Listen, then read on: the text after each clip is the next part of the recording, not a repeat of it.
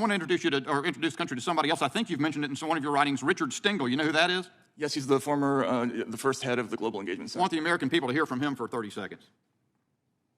Basically, every country creates their own narrative story. And you know, my old job at the State Department was what people used to joke as the chief propagandist job.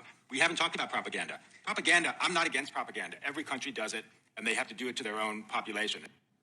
Every country does it. Every country does propaganda, and they have to do it to their own people, is what Mr. Stengel said. If I understand correctly, he was the head of the Global Engagement Center at its creation, right?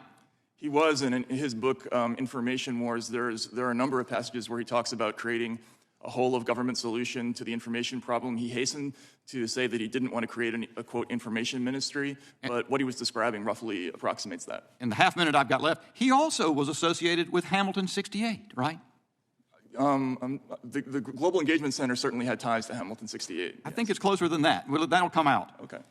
Well, I'd be anxious to hear that. I hope I'll get yielded in a minute or two from somebody else down the way. There's all sorts of stuff to disclose. This committee has to uncover not that single instance, but this system that you have described. This is the hope that Americans have to set this right. This committee. And that hostility shows what we're up against. It's not 3 pillars to the system. It is 4. And you're seeing the left move to crush you and anybody else who tries to expose this. I yield.